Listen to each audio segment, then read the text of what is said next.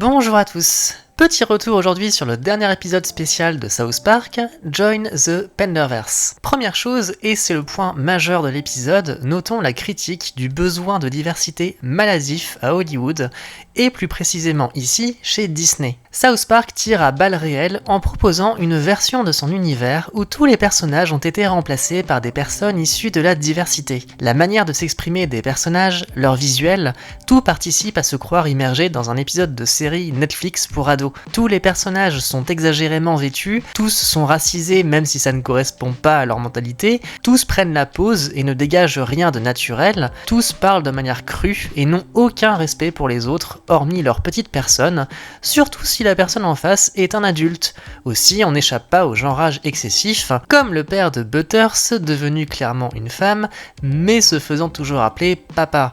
L'épisode se sert de ces stéréotypes, créés par les victimaires eux-mêmes se disant pourtant contre les clichés, alors que personne n'a jamais autant créé d'étiquettes que ces gens-là, afin de mettre en lumière toute l'absurdité idéologique qui gangrène une partie de la société et qui nous est vendue comme forcément glorieuse dans des œuvres politisées censées à la base nous divertir tout simplement. En opposition à cela, nous avons certains personnages, comme Cartman évidemment, qui enragent, mais aussi tout simplement Kyle, Kenny et Stan, qui trouvent la situation absurde lorsque confrontés à la version inclusive de Cartman.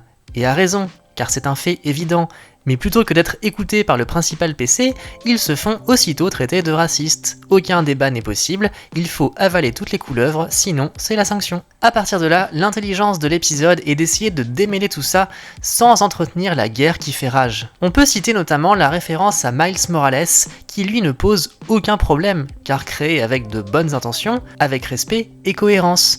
Un héros plein de richesses, pour lui-même et par lui-même. Aussi, le dénouement de l'arc entre le vrai Cartman et Kathleen Kennedy, bien que largement utopiste, je le crains, permet de mettre en lumière le problème de l'escalade entre les extrêmes. Cela rejoint exactement les propos que je tenais ici en début d'année pour prendre entre autres la défense de J.K. Rowling. À force de surenchérir des deux côtés pour prouver un point, les deux adversaires finissent par devenir des parodies d'eux-mêmes, et au final personne n'y gagne.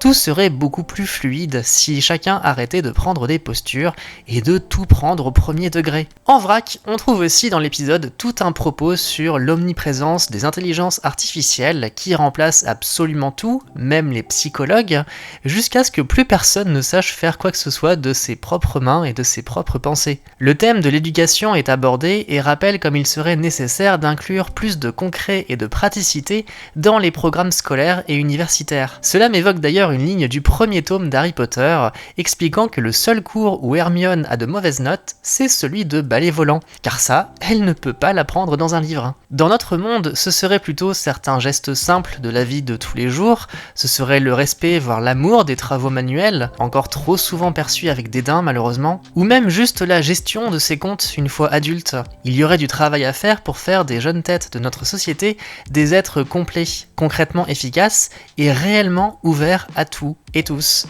Apprenons-leur d'abord à gérer leur propre vie, à se servir de leur tête et de leurs mains avant de leur inculquer le genre, hein. Enfin non, pas avant, plutôt que leur inculquer le genre. Car désolé, mais c'est un sujet qui n'a rien à faire dans une salle de cours. Il serait temps que les nouilles hyper inclusives percutent enfin sur le fait que si on est gay ou trans, on le sait.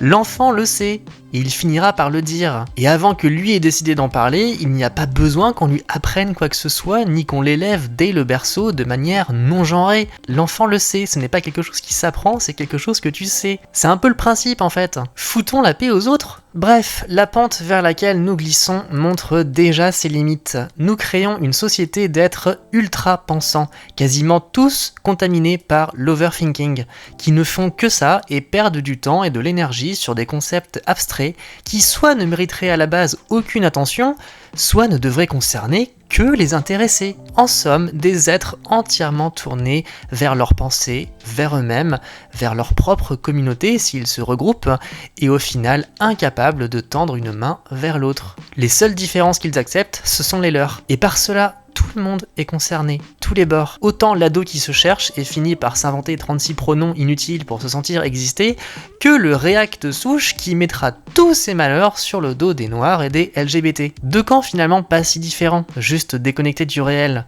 Mais plus ils enragent l'un envers l'autre, plus ils s'enfoncent, plus ils croient en leurs illusions, moins leur cœur ne risque de s'ouvrir, ni leurs mains de se tendre, sinon peut-être, malheureusement, dans l'absolu, pour un jour pointer une arme. Tout comme Cartman et Kathleen Kennedy qui finissent par se comprendre et trouvent un juste milieu, hommes, femmes, gays, réac, trans, religieux, humanistes, économistes, essayant tous de nous poser, essayant de renouer avec le bon sens avant que nos folies narcissiques n'emportent le monde avec elles. Je ne dis absolument pas que c'est simple, et ça demande parfois un énorme effort de self-control face à certaines actualités, et il ne s'agit pas de tout accepter béatement non plus, mais déjà de réapprendre à discuter, ou même juste lire ou écouter silencieusement ce que disent les autres, sans forcément interagir, juste pour mettre les choses à plat, les poser, et se donner le droit de réfléchir. Mais aussi, oui, quelque part, réapprendre à refuser l'inacceptable lorsque ça l'est de manière évidente, lorsque ça relève du bon sens,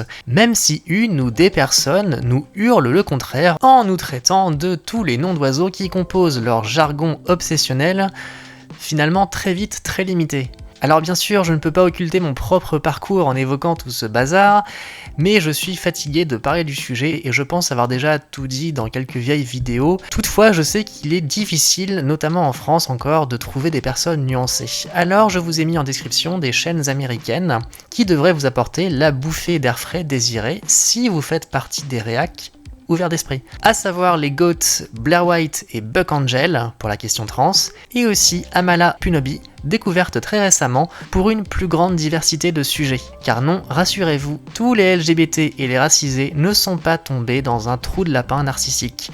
Il y a tout un monde derrière Disney, derrière les haters de J.K. Rowling et les articles du HuffPost ou de Mademoiselle. Bref, retour à l'épisode, mais en même temps, South Park c'est fait pour ça, pour aborder des sujets importants de société. On passe du coq à l'âne, et juste un dernier point, mais de manière un peu plus légère, il y a dans cet épisode une vibe Make Love, Not Warcraft, par petites touches subtiles, mais qui donnent le sourire, même si ça rend aussi un peu nostalgique, d'une époque où le monde réel était plus sensé que South Park, et que celle-ci était une véritable satire, pas une amère exposition d'un réel concrètement et actuellement absurde et n'ayant petit à petit plus aucun sens. En somme, redevenons autant que possible des êtres intelligents et élevés. En somme, faisons redevenir South Park plus bête que nous.